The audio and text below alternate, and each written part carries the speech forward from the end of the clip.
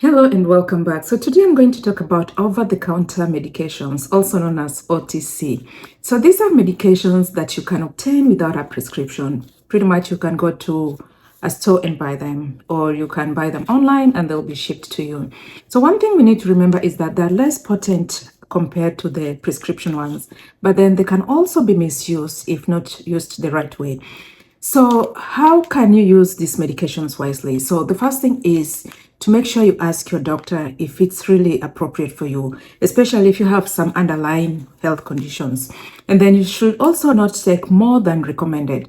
Make sure you read the label to know what the direction is on the specific medication you're going to take. Make sure you store them in the right place, usually in a locked cabinet away from children. And remember, do not tell your children that medication is candy, because they might mistake it for candy and start eating it without even realizing they're taking a medication.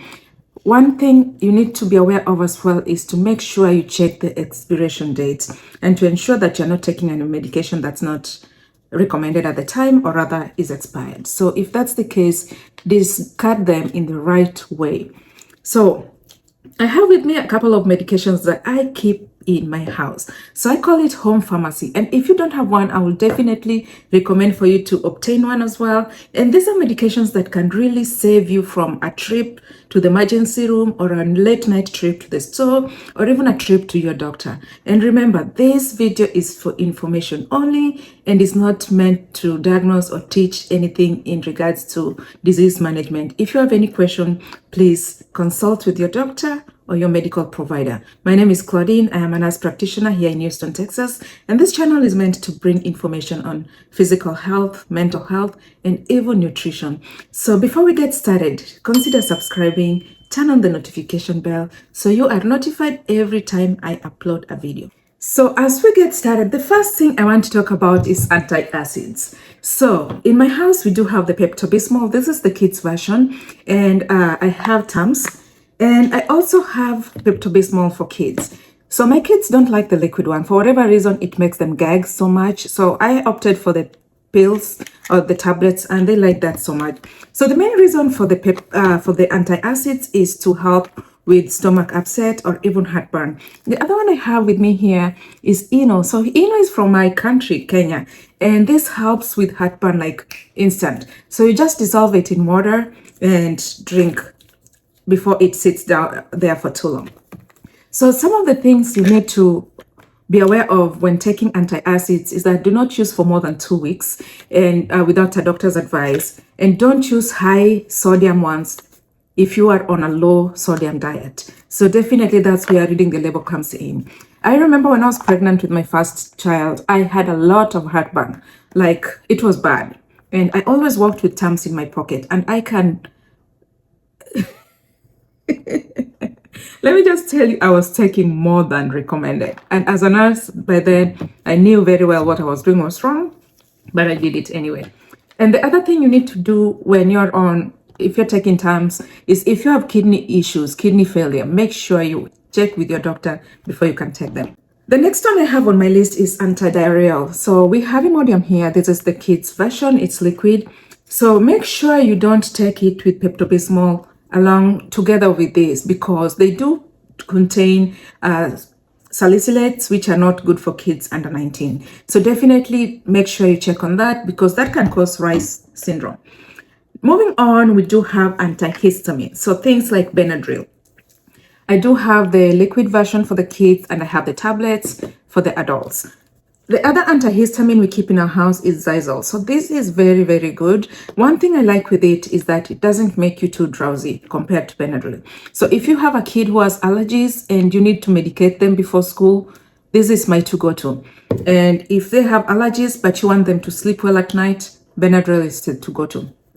So definitely it can make them drowsy, it can make them agitated.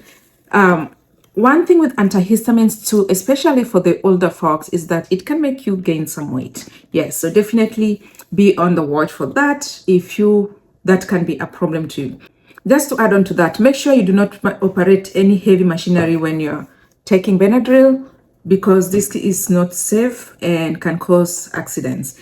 Next on my list is cough suppressants and decongestants. So we don't out of the adults, but we do have the kids version. So we do have the Robitussin, and then I also have the cold and relief for the nighttime.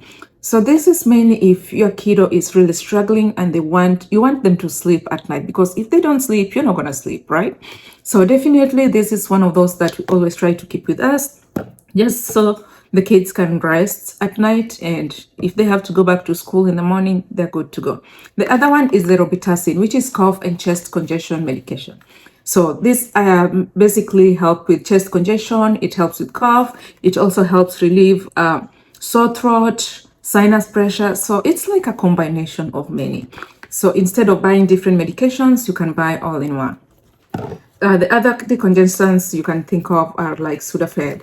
Going hand in hand with the cold and flu is sinus rinse medications. So I do have this NailMed. So this is sinus rinse medication. If you can see it, there's this sachet in here. You pour in the container with your water and you just use it to rinse your nose. It's not comfortable, but let me tell you, you will feel 100% better when that is done, because the goal is just to make sure you clear your sinuses, and that's exactly what it does. If you've watched videos of people doing sinus rinse, you'll know definitely they feel better after that. The other one is the spray of the NailMed as well. So this is just to help with soothing and moisturizing your nasals. If you don't have this one, because this is a little pricey in the store, I have this from previous conference that I went to, and they keep shipping them to me every year. I get a couple of shipments, but you know what? I share them. So the other one I have on here is a saline rinse. So this is over the counter. It also helps just with clearing your nostril and keeping it moisturized. So definitely, especially in summer, the Houston weather in summer is very, very dry, lots of allergies in the air. So definitely, these are some of the things that can keep you going. Yes. Together with that is this sinus allergy called the nasal mist. So this too kind of works almost like this, but this one is just gentle. So you don't have to use so much pressure with this. It also helps bring down the mucus from your nostril as well. Next on my list is laxatives. Yes, people do get constipated, whether you're on other medications that can cause that or not. But remember, some of the laxatives you need in your house are very important, and they can help you. They can save you a whole lot. So the things we have in my house are milk of magnesia. This does wonders. And then we haven't used this for a while, but I remember one day I had to drive to the store early in the morning because we needed this so bad before my baby headed to school. Yes. These are some of those that they work in minutes, literally minutes. Yes, trust me. If you have kids, I'll definitely recommend you get this. It's Pedialyte. I'm not sure what the price is right now because we bought these a long time ago. And actually, it's even expired. That means we've not used them. But these are liquid glycerin suppositories, works in minutes for kids. And there's 6 of them in a pack. So definitely, even before you run out, you can always grab a second bag because you definitely need this. The other one we have in here is Senna S. So Senna S has both the stool softener portion and the laxative portion. So the Docuset alone, the red gels, those don't work. If you really need something to help with constipation, then you need something with the laxative part as well. So yes, the side effects of this is they can cause diarrhea, they can cause stomach cramping, and they can also lead to misuse, which a lot of people, unfortunately, especially those going through body image issues, overuse laxatives, and this helps them clear their GI system and helps them lose some extra weight. I'm not telling you to do that, but that's one of the things you really need to watch for to make sure you're not misusing them. The other thing I have is throat analgesics. So this one here is the oral anesthetic for fast relief. It's a spray. So you just spray 2 sprays down your throat and try and hold it there for as long as you can. And then they say spit it. I always swallow because it just helps soothe my throat going down. And next on the list is Tylenol.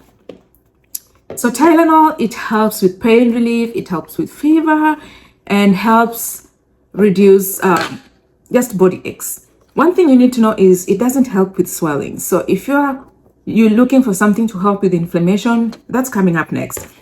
But Tylenol, we do have the liquid option for the kids, and then we also have the tablets for the adults. So these are things you really need to make sure you don't run out of. Always checking your home pharmacy routinely to be sure if you need to restock them or not.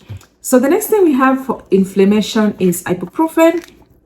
And this also helps with pain relief. It lowers fever. It helps with swelling. So swelling, and when I say swelling, basically just inflammation. So definitely make sure you have this with you. And one thing you need to know with the ibuprofen is that it can cause some kidney issues. So definitely if you have kidney disease, do not use it. Make sure you drink, if you're swallowing your ibuprofen, make sure you swallow it with a full glass of water.